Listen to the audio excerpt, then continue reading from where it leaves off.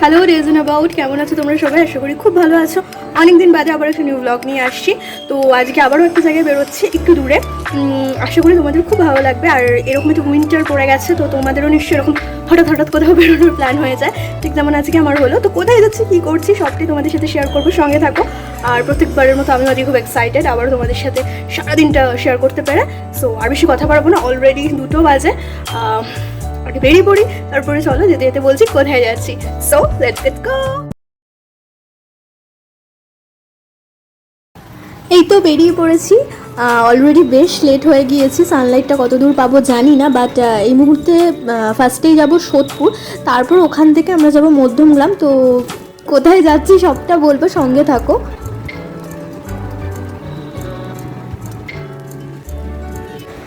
একেই আমি লেট, তার মধ্যে রিক্সাটা আবার চেঞ্জ করতে হলো। তো দেখা যাক কত তাড়াতাড়ি আমরা পৌঁছাতে পারি। আমরা মধ্যমগ্রাম চলে এসেছি। তো এরপর চৌমাথা থেকে আমরা একটা নিউ টাউনের বাস নেব। তো তারপর সেখান থেকেই আমরা কোথায় যাচ্ছি সেটা জানতে পারবে তোমরা। So stay tune. চৌমাথাতে কিছুটা সময় ওয়েট করার পরই বাস পেয়েছিলাম, বাট বাস কিন্তু ফাঁকা ছিল আর খুব একটা বেশি সময় লাগেনি, ঘন্টাখানিকের মধ্যেই কিন্তু আমরা পৌঁছে গিয়েছিলাম। হ্যালো, তো আমরা আজকে চলে এসেছি ইকো পার্কে ঘুরতে। আজকে হস্তশিল্প মেলা, যেটা এই মুহূর্তে এবছর বোধহয় হচ্ছে ইকো পার্কের 1 নম্বর গেটে। তোমরা যদি এখনও না জেনে থাকো তো চলে আসতে পারো, খুবই ভালো লাগবে। এইটা একটু দূরে হতো, সায়েন্স সিটির উল্টো দিকের যে বড় স্পেসটা রয়েছে সেদিকটাতে, তো সেটাকে শিফট করিয়ে এখানটাতে আনা হয়েছে। তো খুব ভালো, যারা এই দিকটাতে থাকো বা মধ্যমগ্রাম থেকে বললামই, একটা বাস করলেই ইকো পার্কের সামনে 1 নম্বর গেটে নামিয়ে দিচ্ছে। তো এই এখন বাজে হচ্ছে 4টে, 2টোর সময় বেরিয়েছিলাম। আমাদের একটুখানি প্রবলেম হয়েছিল জানোই, তো সেই জন্য একটু লেট হলো। কিন্তু নয়তো তোমরা আরও আগে পৌঁছে যেতে পারো, বা বিধাননগর থেকে ট্রেনে করেও ডিরেক্ট বাস নিয়ে চলে আসতে পারো, আরও ইজি হয়। ওলা উবের করে তো আরও ফাস্ট হবেই। তো খুবই ইজি আসাটা। আর এরকম একটা উইন্টারে এরকম একটা জায়গায় আসতে পারলে আমার মনে হয় খুবই ভালো লাগবে তোমাদের। তাই তোমরাও দেরি করো না, চলে এসো। 20 ডিসেম্বর অবধি কিন্তু এটা লাস্ট ডেট। তো আর বেশি কথা না বাড়িয়ে চলো যাওয়া। এই পার্কিংটা দিয়ে জাস্ট ঢুকছি।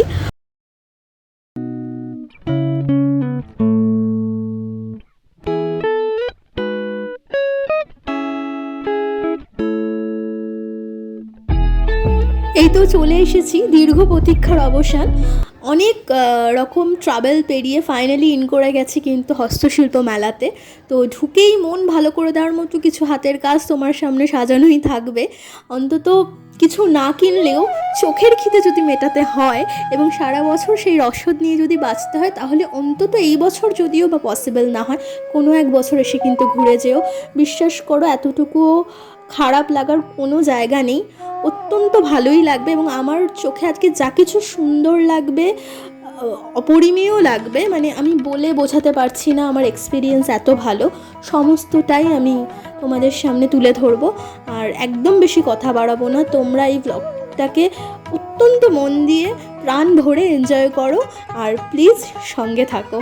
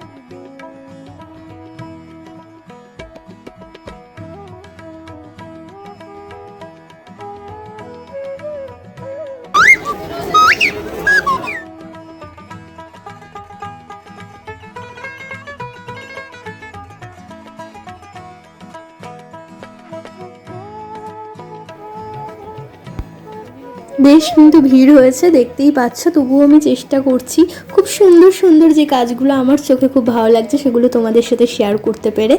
তো এখনও অনেক কিছু বাকি রয়েছে দেখা, তো আমি যাচ্ছি আর চেষ্টা করছি তোমাদের সাথে আরও অনেক কিছু শেয়ার করার। তো সঙ্গে থাকো।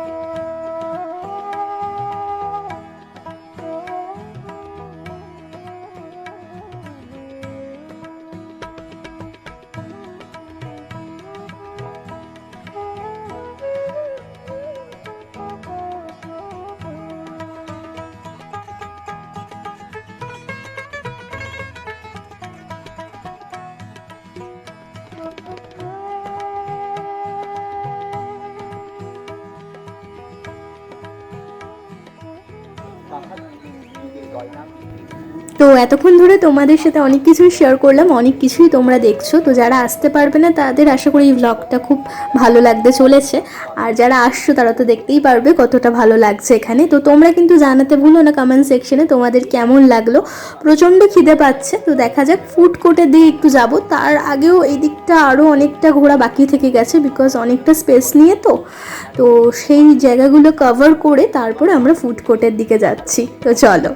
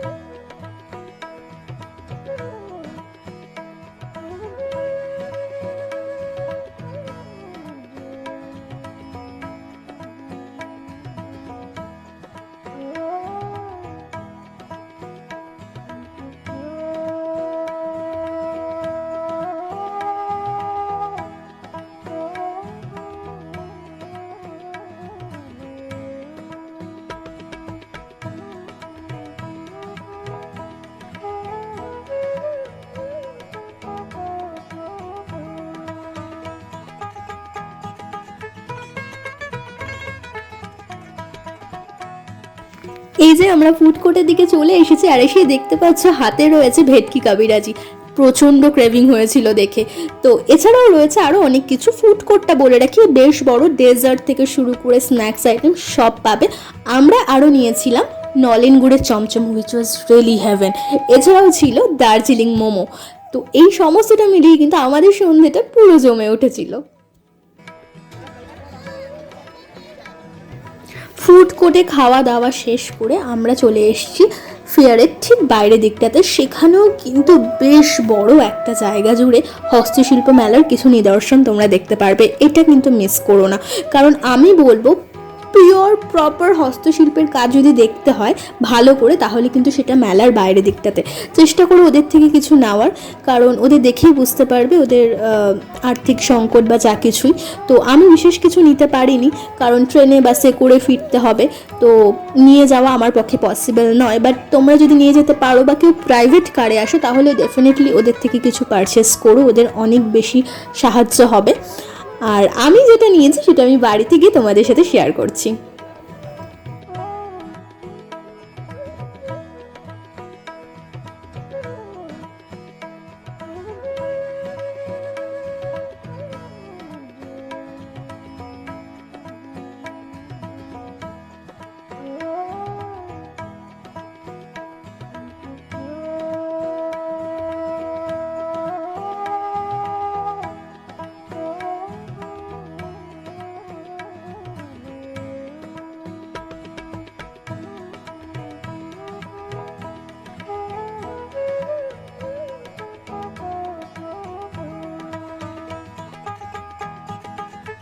সন্ধে প্রায় হয়ে এসছে, এরপর কিন্তু বাড়ি ফেরার পালা। তো মেলার সমস্তটাই তোমাদের সাথে শেয়ার করেছি।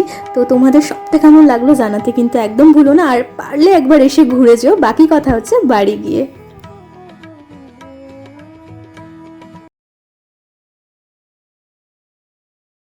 তো এই তো ফিরেই আগে ফ্রেশ হয়েছি, কারণ এখন ফ্রেশ না হলে যেহেতু ঘরে আসা যায় না, মানে তো বেডরুমে তো আসার আগে ফ্রেশ হয়ে আসতে হবে। তো ফ্রেশ হয়ে একেবারে এসে তোমাদের সাথে কথা বলতে এলাম, কারণ ব্লগটা কিন্তু এখনও শেষ হয়নি। ছোটো একটা জিনিস এখনও তোমাদের সাথে শেয়ার করা বাকি রয়ে গেছে, তো সেটা শেয়ার করব। আর ফিরলাম কিভাবে সেটা বলি। তোমরা যদি বাস মনে করো অ্যাভয়েড করবে, কারণ ওই সময় ওই রুটে বাস প্রচণ্ড ভিড় হয়, সেক্ষেত্রে তোমরা ম্যাজিক করে দক্ষিণেশ্বর লাইনে যদি থাকো তো সেখানে চলে যেতে পারো, বা ডানলপ থেকে ভায়া অটো বা সেখান থেকে নোয়াপাড়া হয়ে মেট্রো অ্যাক্সেস করতে পারো। তো এইভাবে কিন্তু তোমরা ফিরতে পারো। সেটা আমার মনে হয় অনেক বেশি জার্নিটাকে ইজি করে দেয়। আমি যেইভাবে ফিরেছি, কারণ আমি বাস সেভাবে পাচ্ছিলাম না, এবং যা পেয়েছি সেগুলো অত্যন্ত ভিড়। আর তোমাদের হাতে যদি টুকটাক কিছু জিনিস থাকে, তাহলে বাসটাতে ট্রাভেল করা মানে সেই জিনিসটা নষ্ট হয়ে যাওয়া। তো এগুলো একটু বুঝে ওখান থেকে ফিরবে, আই গেস তোমরা আরও বেটার জানবে। তো এই তো মোটামুটি ফিরেছি, বাইরে প্রচণ্ড ঠান্ডা। তো আমি যেটা কিনেছি খুব ছোট্ট একটা জিনিস, বলেইছি বিশেষ কিছু কেনার সুযোগ হয়নি, পরিস্থিতি নেই। তো আমি কিনেছি এই টকরিটা বা ঝুড়ি যেটাই বলো, একদম ইনস্ট্যান্ট ওখানে ওরা বানাচ্ছে। তুমি দেখতে পারবে যে ওখানে ওরা কীভাবে বানাচ্ছে, তৈরি করছে। দাঁড়াও ওয়েট, আমি তোমাদের খুলে দেখাই।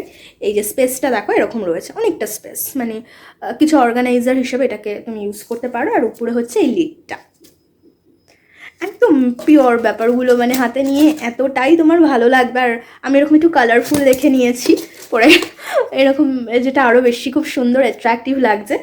তো এটার প্রাইস বলেছিল মোটামুটি আমাকে 120, যেটা আমি 90-তে পেয়েছি। তো আমার মনে হয় ঠিক আছে, প্রাইস খুব বেশি অনেকের মনে হতে পারে, বাট আমি বলবো ওরা যে কষ্ট করে বিভিন্ন জেলা থেকে দূর দূর থেকে নিয়ে বয়ে, ট্রান্সপোর্টেশনের খরচ, এবং ওখানে যে বসে বসে যে ওরা এত কিছু করছে, এই সমস্ত কিছুর যে কস্টিংটা, আমার মনে হয় সেটা নিয়ে ওদের প্রাইস রেঞ্জটা অ্যাফোর্ডেবল, মোটামুটি খুব চিপ না হলেও কিন্তু আমার মনে হয় ওটা ওরা ওয়ার্থ করে। তো আমার এক্সপিরিয়েন্স অসাধারণ। তো পরের বছর কিন্তু একদম মিস করা যাবে না, ডেফিনেটলি যেও। আমার মনে হয় পরের বছরের শীতটাকে কিন্তু এরকম হাতের কাজের কিছু পিওর জিনিসপত্র দিয়ে শুরু হোক তোমাদের। এবছরও আরও অনেক কিছু হয়তো বাকি থেকে গেছে। So follow Days and About, and don't forget to subscribe Days and About if you new. And তুমি যদি already Days and About family member হয়ে থাকো, তাহলে কমেন্ট, শেয়ার, লাইক করতে কিন্তু একদম ভুলো না। So stay tune, love you.